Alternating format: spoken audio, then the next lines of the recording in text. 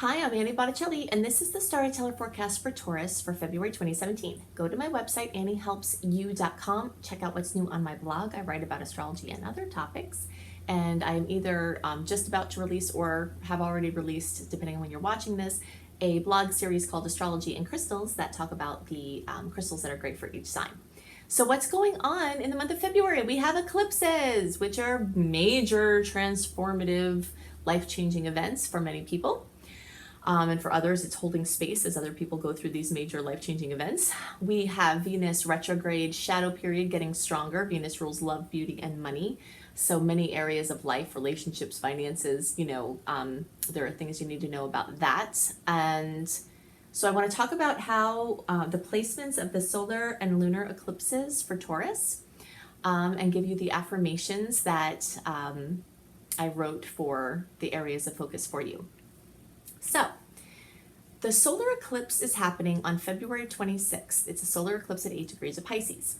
It's the end of the Pisces Virgo eclipse series that started at the beginning of 2015. So something is coming to an end that has been worked on there. It's coming to some sort of a conclusion. Sometimes it takes 4 to 6 months after the last eclipse in a cycle for things to integrate. But there's something that's been getting worked on that is coming to a conclusion. And it's coming to a conclusion with a new chapter. It's an opening. It's ending out on a solar eclipse. Solar eclipses actually bring new open windows. So it's like a book in a series finishes, and then there's a suggestion about what's going to happen in the next book, and that's what it's like. So solar eclipses are new moon energies times 3. So either there are 3 new opportunities or there's one opportunity that's really super huge.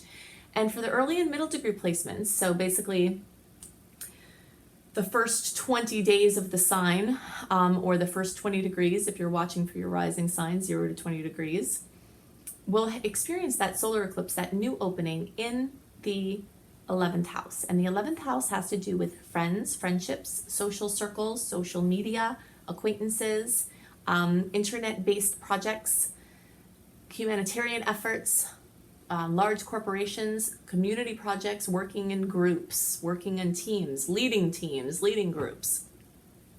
So something new in any of those arenas are very fair game for Taurus placements. I'm calling my affirmation for you is, I am a powerful catalyst for radical change. And this energy of the 11th house has to do with the greater good, and that's why I wrote this affirmation about being a powerful catalyst for radical change. Because sometimes we can get very focused on survival, focused on things closest to us. But when the planets get into this area of our charts, and this energy is true even for the later degree placements, because even though you don't have the solar eclipse there, you have a massive amount of planetary energy there. So the focus is the same, even though the astrological reasoning is different. It talks about grouping things together, working with teams, working for the sake of the community. And a lot of times, Taurus people are working hard for something, and when the energy of the group comes in, they could direct their attention to focusing on a group. This could also mean a new friendship, or a new social circle, or becoming part of a new group. If you've been wanting friends or wanting to meet like-minded people, this would be a really great time to put feelers out for that and to try things on. The theme of this whole cycle from December into May is really to try things on. So part of where you're trying things on is in this arena of friendships and technology even. So if you've been trying to get your feet wet with technology, I highly recommend it. Instead of being focused on friends and groups or any of the other things, you could just be focused on getting up to speed on technology to use it in a way that enriches your life. By the way, if you would like to have visual versions of the affirmations that I make for you, you can check out my Instagram account. And then you have the pretty pictures that I make for the affirmations that I write for these. So something new there. All right, so the late degree placement, so basically the last 10 days of the sign and the last 10 degrees of the rising sign, so like 20 to 29 degrees, you'll have this solar eclipse happen in your 10th house. Your 10th house is your house of work, career, life purpose, father figures, authority figures, being your own authority and father figure, or stepping out into accomplishment, recognition in your work. So there could be something new that happens, a new work opportunity, a new direction, a new thing to do on the side of your current work, a new venture. Or it could mean something like a new opportunity with something with your father. Or it could involve healing, healing something around father figure. When the 10th house is accentuated, I think about the many, many, many people who have had their fathers do something to them throughout their lives that feels like it really hurt them. And sometimes that's actually physically injured them as well. And there's a holding on of not forgiving. And sometimes this is conscious, but sometimes it's not conscious. I've seen with my work with individuals, and I've worked with thousands of people one-on-one, and I've worked with groups. And so I've seen a lot of themes that come up that are consistent over the massive amounts of people that I've interacted with. And forgiveness is a huge, huge issue. Even if we think we've forgiven someone, if you have debt, there's a good chance you haven't forgiven someone, because the energetic holographic representation of debt, someone saying you owe me something, especially if you're having a dysfunctional relationship with it and you're stressed by it, and it's not something just positive, like you're using money to do something and it's not really bothering you to have the debt, but the experience of having debt be heavy on you, that's a pretty good clue that there's someone or more than one person in your life that you have not forgiven. And so this solar eclipse could be a chance for forgiveness, because Pisces, it's in the sign of Pisces, and that's the energy of oneness. It's the energy of forgiveness. It's the energy of, just all being healed and the cycle being completed. So for you all, I have the affirmation, I throw myself headlong in the direction of my dreams. This affirmation can be very helpful for anything involving whatever you want to do with your life. I've seen so many people not achieve what they want to with their work and career because they're sabotaging themselves, because someone in their youth used power in a bad way, and that subconsciously gave them the imprint, I don't want to be too powerful because I don't want to be a person that uses my power in the right way.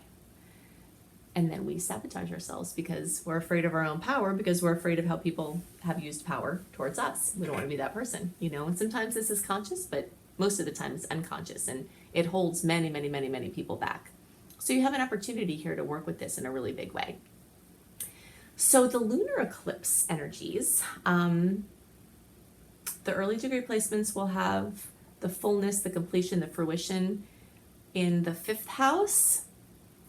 But equally as much of a chance of having it manifest in the 4th house, where the rest of you are experiencing it. So basically all Taurus placements, early, middle, and late, have a chance to have fullness, completion, drama, accomplishment, something ending, something notable occur in the house of home and family. It could be you've been renovating something in your house and it gets finished. It could be that you've gotten a new house, or you had been working on it and you moved. Or it could be something within your family, someone's graduating, or someone has reached a milestone. And again, remember, there's 4 to 6 months after the actual eclipse that sometimes it takes to integrate. So if someone's graduating in June, this eclipse could be part of that cycle, someone moving out of the house, something notable like that. Lunar eclipses also sometimes have someone move out. So maybe it's a partner moving out, maybe it's a roommate, maybe it's a child. It brings endings and closings in something in family. Sometimes it's happy, sometimes it's not. The early degree placements, so birthdays in the first, up to 10 days or so of the sign, or 0 to 9 degrees if you're watching for your rising sign. You also have a chance of having this eclipse, this lunar eclipse, this completion, this coming to fruition, this drama in your house of children, or a creative project, or it's also called true love, romance, so something, a hobby, a creative project coming to an end, a child reaching a milestone, something, a child needing attention. If you find that there's something that's been going on with your kid that is like you've been needing to deal with it and you haven't because parents are crazy busy and it's really easy to not see to every single thing that has to happen. Use this as the impetus to get those things checked out, because full moons tend to bring in something that needs attention.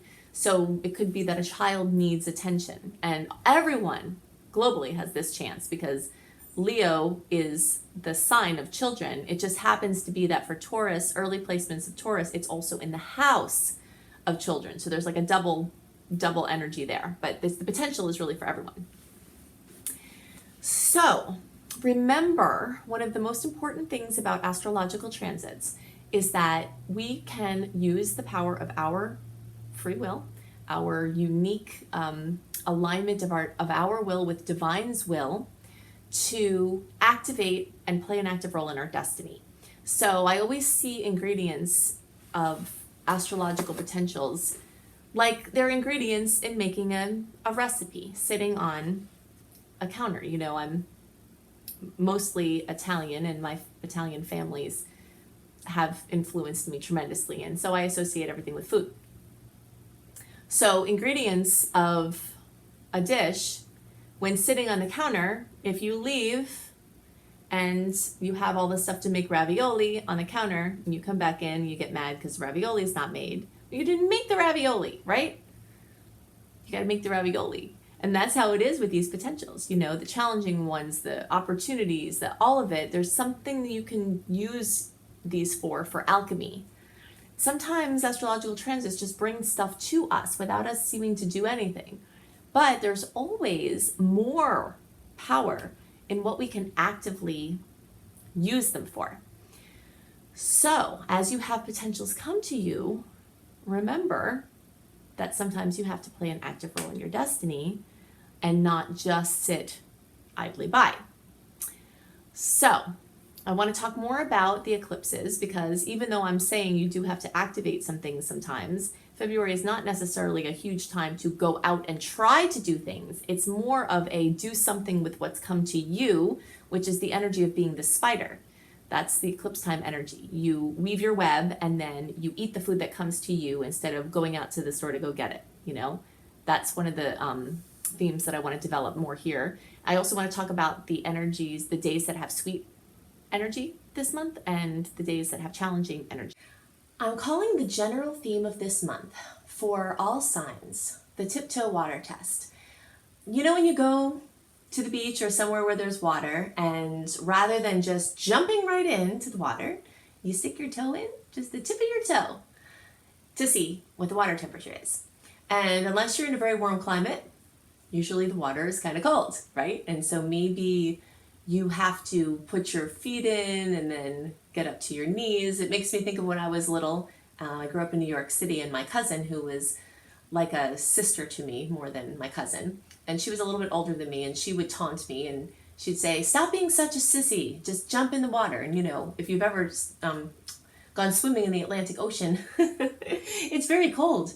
So I would put my toe in and say, "Oh gosh, I don't want to go in," you know, and then it would take me time to get used to it. And then she would jump right in. And I'm not saying that in general there's one way of being better than the other. But when we're talking about astrological rhythms at play, this is very poignant, because there is a time to jump right in.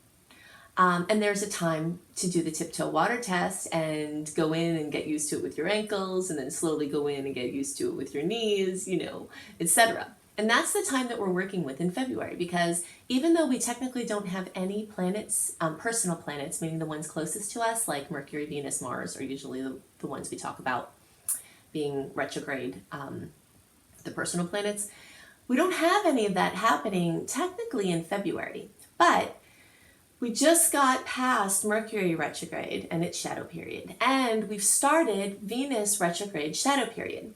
Venus goes retrograde from March 4th through April 15th. Venus retrograde happens around every year and a half. I definitely recommend you listen to my Venus retrograde video, because Venus rules love, beauty, and money. So everything about relationships and finances and business decisions and artistic journeys and beauty decisions all are housed under this Venus retrograde energy, even in February, because the shadow period has started. So I go into a massive amount of detail about what to do, what not to do, and why in that video that I'm not going to cover in this. So you definitely need to listen to that as a supplement to this video. And really pay attention to that for February, March, and April. So, when we're in a shadow period of a retrograde, like we are in February, right? It doesn't go retrograde till March 4th, but the shadow period started at the end of January, so the whole month of February, every day we get closer to March, is getting deeper in this Venus retrograde energy. It's kind of like when you go to the beach. If you haven't crossed over the bridge yet to the island that the beach is on, you start seeing little beachwear, tourist places and little tiki huts and things that feel beachy, but you're not at the beach yet, but the beach vibe is there, So that's what a shadow period is like. It's like it starts acting as if you're there, even though you're not officially. And it's very relevant because the same rules pretty much apply for the shadow period as they do for the retrograde. And that is to not jump into anything that's a long-term commitment if you can possibly help it. Now, this is doubly so because this is a rule of the retrogrades, and this is also one of the things that we talk about with eclipses. February holds 2 eclipses. We have a full moon eclipse on February 10th, and we talked about that some. That's the lunar eclipse at 22 degrees of Leo. And we've got that solar eclipse on February 26th, that's at 8 degrees of Pisces.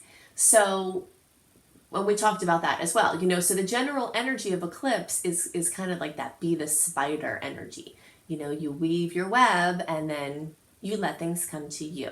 And you act as is necessary, but not unnecessarily and not without caution. So that's the story of the energy of February is, you want to tiptoe in, you want to get used to the water, you want to try things on.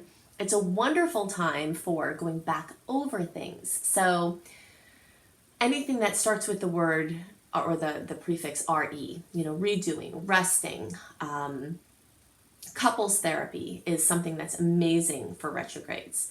Going back to romantic places that you've been with your partner before, bringing the magic back, spending more time with your partner, anything that you're kind of returning back to within your relationship. And it doesn't have to only be a challenging thing. Sometimes Venus retrograde can bring up arguments and problems. If there are weak links in your relationship or your money space, they're going to show up because that's the job of the retrograde. But if there's sweetness there as well, then sometimes a return of the magic occurs. So it's a good time to spend more time with your honey. It's not the best time to take on a new romantic relationship or a new financial relationship if you can help it, because you have these rose-colored glasses on as it relates to money and love and beauty and artistic things, expensive items and things like that. You're not seeing clearly, so you don't want to make big decisions. But trying things on, experimenting, making small decisions, being cautious is great. Learning and education is wonderful. Trying on something for a new profession, getting some information or education that might prepare you to do something in the future.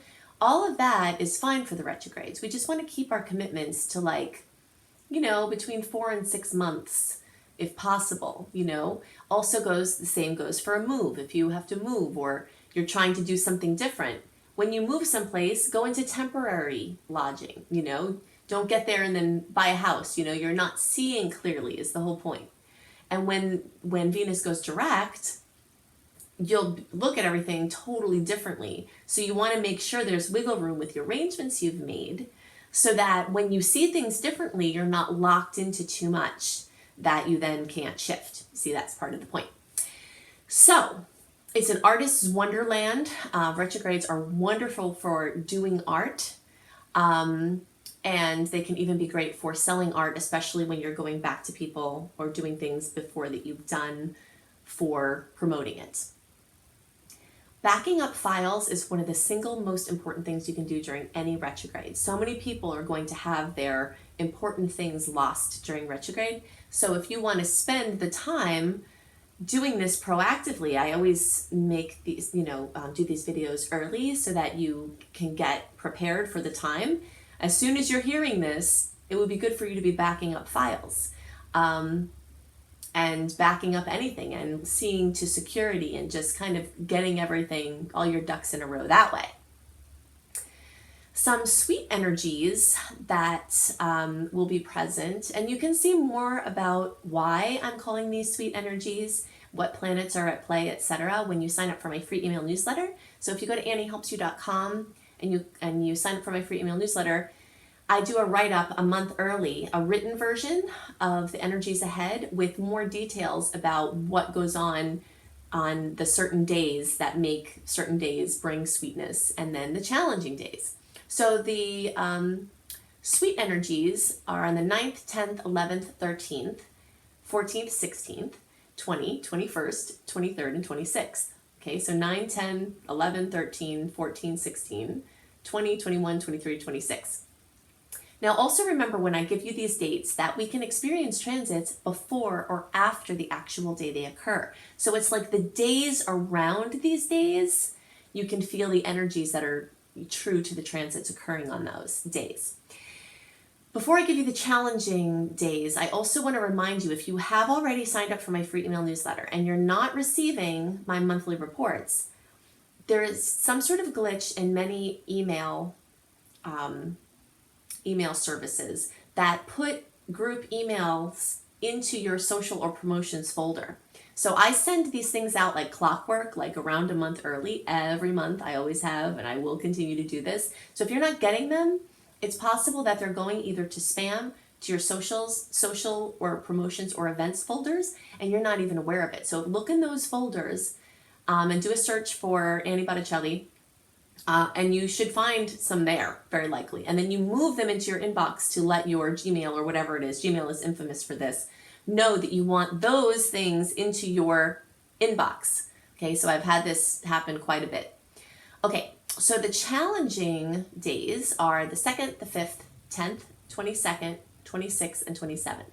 2nd, 5th, 10th, 22nd, 26th, 27th. You might notice that some of these dates are ones I listed for the nice transits, and that is true because there are some challenging aspects that are happening at the same time as there are sweet aspects. So you might get, a mixed bag there. So the themes for the month: tiptoe water test, avoid the deep plunge, try things on, do things short term. You can make decisions as they relate to moving some things along, but not big launches, not big new things, not investing tons of money unless you have it to spare. Definitely check out my Venus retrograde video so you can understand more. The fact that Venus is in Aries through the month is going to make people want to be rambunctious and impulsive, and that's adding to this energy where you're going to want to do something, and it may or may not be the best thing to do. So be the spider. Let things come to you and leave wiggle room with how you activate those potentials. Definitely go to my website, anniehelpsyou.com, see my offerings. I teach an astrology apprenticeship program, a course on creating successful online business if you want to be free of your geography and work online. I also have a new coach certification course that includes my online business course if you'd like to be a coach as your profession. I always have new things on my blog, so check it all out at anniehelpsyou.com, and I will see you next month. Bye.